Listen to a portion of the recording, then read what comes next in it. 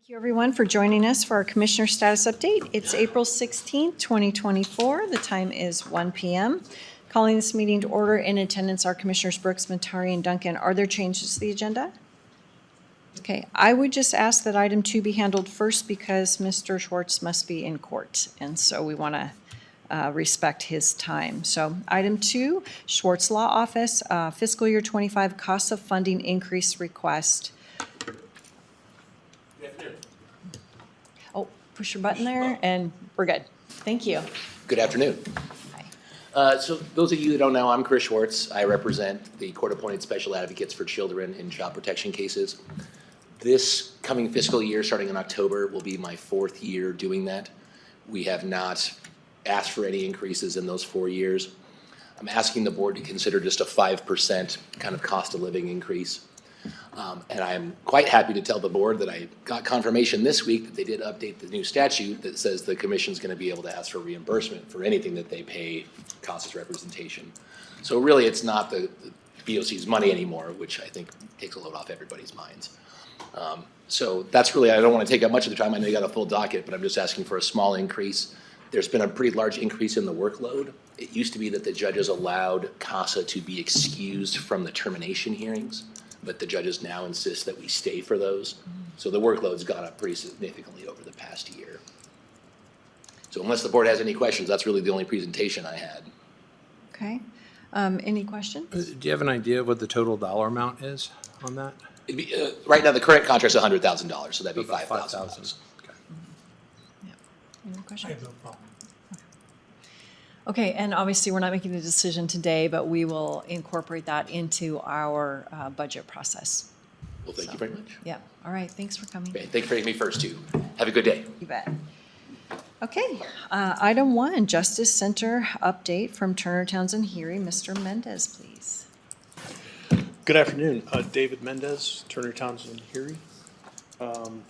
I have put on in front of you the updated numbers that I'd like to go through briefly and see if you have questions. There was a correction.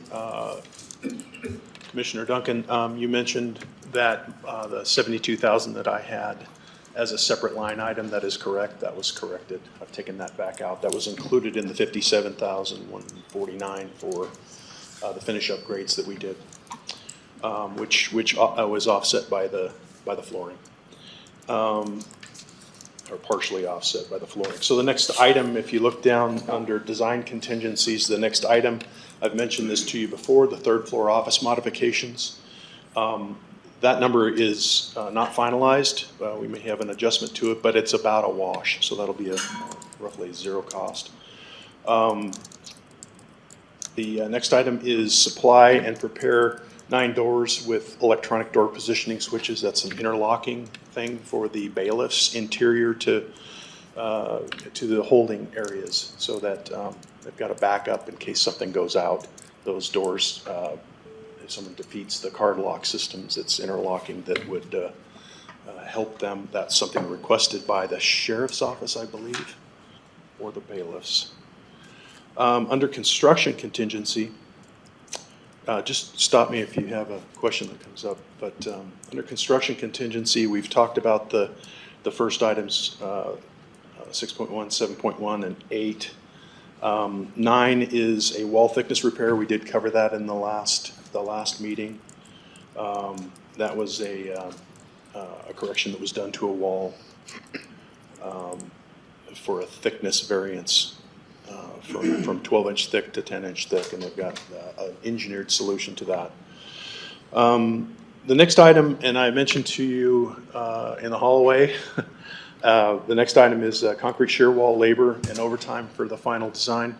So I've asked John to kind of answer any questions that you might have for that, but that is the difference between what was originally priced out and anticipated versus what the final design ended up being on these shear walls. They're significantly more complicated than was originally anticipated, and so they've got some additional time to work overtime to still stay within their schedule and not impact other work, but also to more complicated form work, longer duration on the the rental of the forms. And so it's a big number. I'm sure you've got questions, but John can help you walk through that if you have any questions regarding that. And then the last item on that list is roof drain upgrade for a temporary roof. So the timing of the installation of this roof, we've talked about, and also meeting energy requirements for insulating around these roof drains. That it's necessary to add a detail to all the roof drains. So that's the summary of costs and what I'm anticipating for costs. So the ones that I've gone over that are new, those are still rough order of magnitude dollars, but I needed to get that to you in front of you so you know what's coming up. Okay, great. Okay. Questions? So the 150,000, that's in brackets. That's actually an expense to us or a savings to us? I know that's confusing on this spreadsheet, so if you look at the top lines where I say total GMP of $30,440,000, that's the GMP that the contractor has given us, which includes 3% design contingency and a 3% construction contingency. So those numbers down below are negative because they're pulling out of those contingency numbers. So the number that you see, the subtotal that's under each one of those categories is the total amount of contingency that is being used. And the next number is the remaining amount of contingency. And how short, I'm sorry, was there more you had to say? I didn't mean to. Well, just at the bottom line that you see, the $29,045,000, Yeah. that's if we were to complete the project without any further changes, that's what our total dollar amount for construction would be. So that's the credit of the unused contingencies. Sure.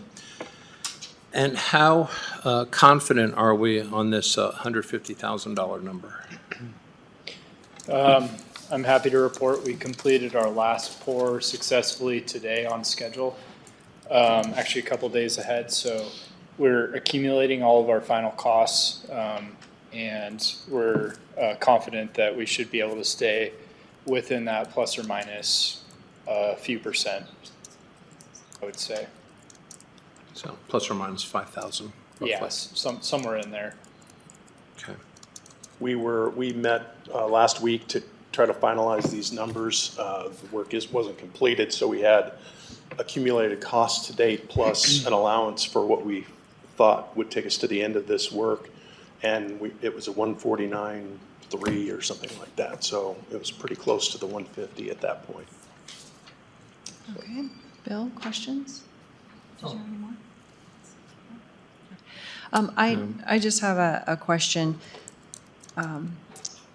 With the contingency use, it's there for a reason, and are there parameters for the contingency use, like in your contract? Yes. In our contract, the allowable uses for contingency that this claim or this request applies to includes scope gaps or estimating inaccuracies related to self-performed work is one of the specific uses of this. Overtime costs that are directed by the CMGC to maintain schedule, which is a component of this. And those are really kind of what covers this. So we've reviewed that with David and pretty clearly within that language. Yeah, so I wanted to assure you that when I interviewed for this position, one of the questions you asked me was, what's your process in change orders? And I said, the first thing I do is go to the contract and look to see that it's due. And that is the first thing that I did. John and I went through that to make sure that this is proper and that it's the way to handle it. So just be assured I've not slipped from that. Right. From that Okay. assurance that I gave you. All right, well, thank you. I appreciate it, and I saw the celebration barbecue for Friday. So, Yeah. all right, we'll just look forward to final numbers, and you'll bring those to a business meeting? I will. Okay, all right. Anything else? All right, KC North update, thank you. with Tom Reed. All right, we've got 4 items here that Tom will cover.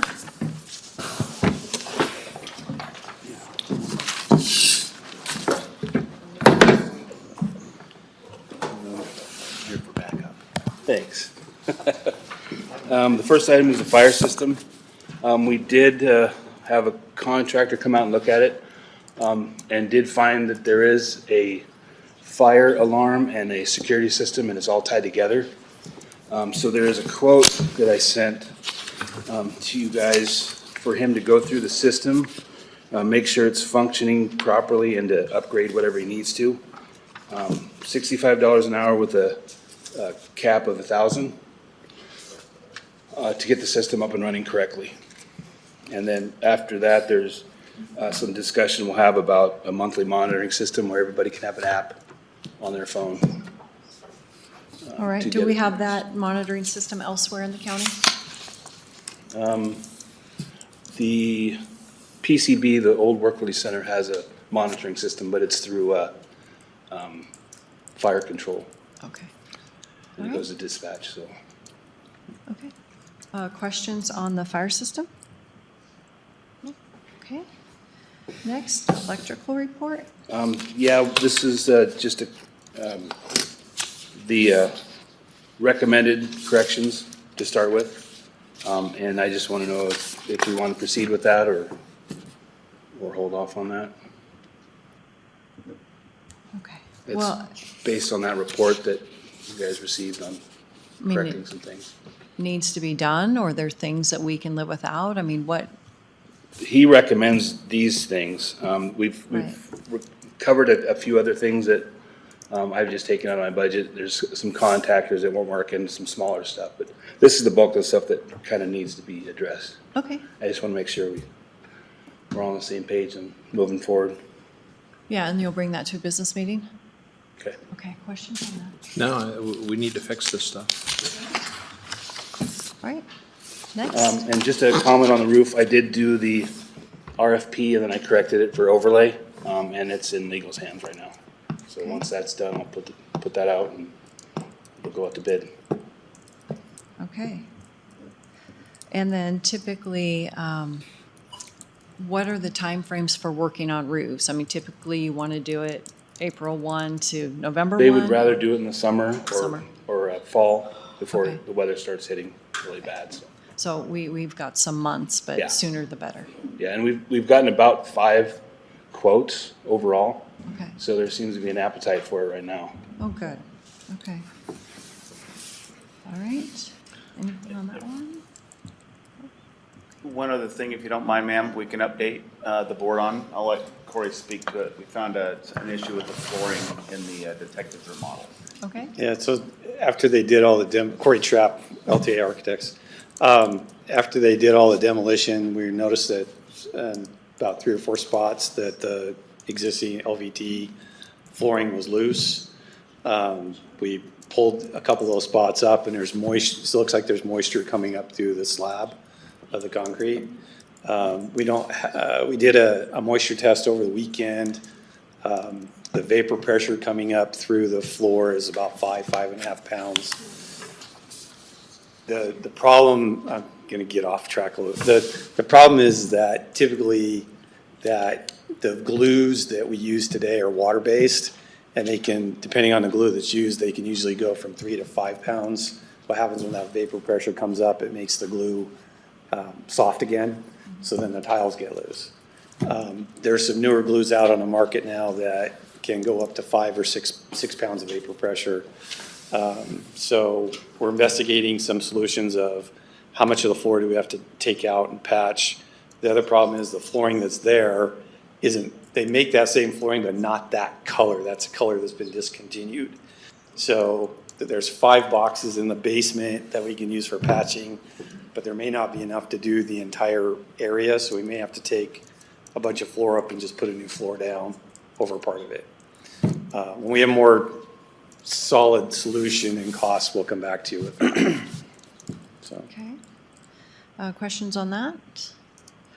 This has nothing to do with the cement fixing, right? I think there was a No. quote or something for under $2,000? No, that's the sheriff's office. Oh, that was the sheriff's office? Yes. Okay.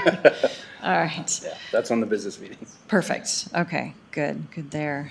Okay, and then the PCB report? Yeah, I don't know if you got copies of that, but yeah, everything was negative. So all the reports that we've done have all been negative.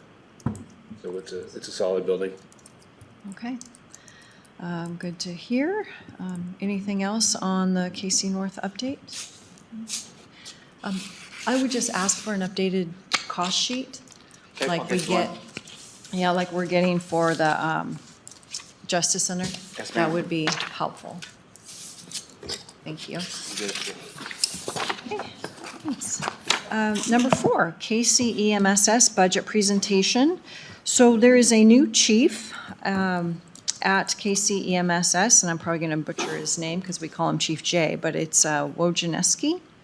And I wanted to know if you wanted just to wait until the annual budget hearing in August, or if you wanted him to come in and present. There's also a meet and greet kind of thing on, it's our May, I'm not going to remember the May 18th, 25th?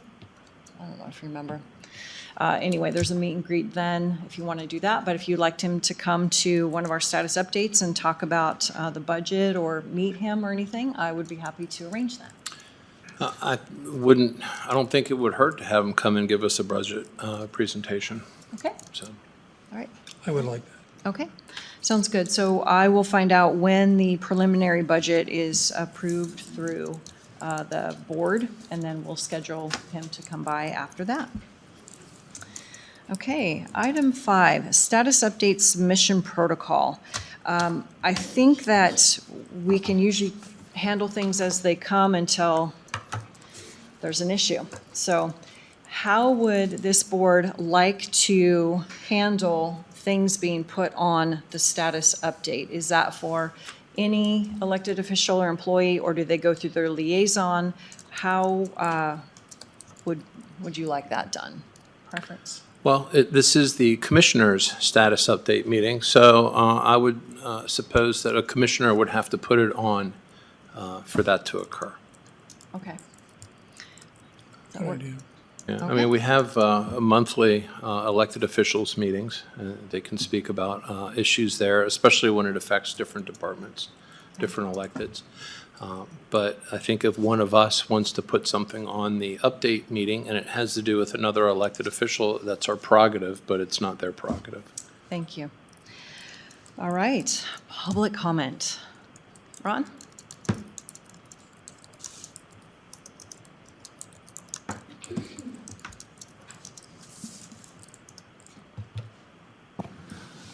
Ron Hartman, thank you for letting me speak. As far as the Justice Center, it would be nice if when he gives an update, that he lets the public know the cost. It sounds like this one on construction contingency for overtime, sounds like it's quite a bit of money, but he never divulged that. He never divulged what it costs for the wall thickness repair. He never divulged what the roof drain upgrade is. It'd be nice if we could just have that information when he gives these reports. The other one, as far as the KC North, with moisture under the floor, I think first you need to figure out where the moisture is before you cover it up again. I mean, the water's there now. Just putting a new floor over it doesn't mean the water went away. So I think it needs to be dug a little deeper and fix the solution of how the water got there. Thank you. Thank you. Okay, anyone else? No? Okay, 1:20, meeting adjourned. Thank you.